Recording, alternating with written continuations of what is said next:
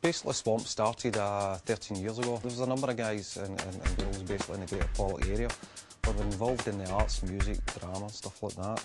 But there wasn't anything in the area that basically took care of that.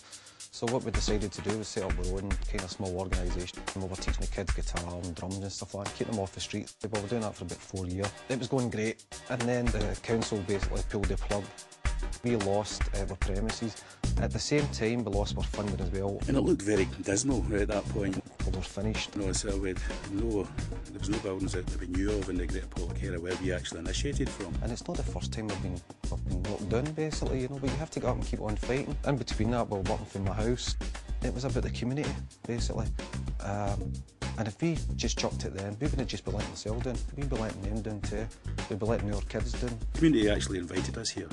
When we lost our building, the community basically came to us and said, have you thought about the Curry Hall? We were like, Christ, we've got a building, you know. Convincing the hierarchy, the government bodies, the council and various others can be a bit of a problem. They were saying, no, we couldn't really kind of fund it, and you know, it would cost too much to develop it.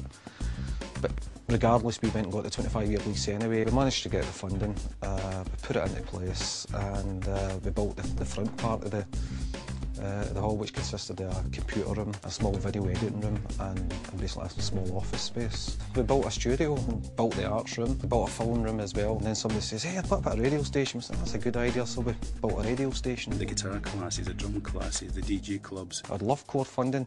I know the things that we could do if we had that money. We couldn't see how it could fail. We didn't see the obstacles in front of us in that respect. And when they came, we just barged them down.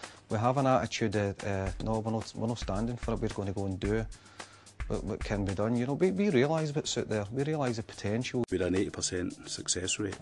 That means that 80% of the kids are either going into a job or into education. We've caught them before it's too late. We've managed to get them on their next step in their life.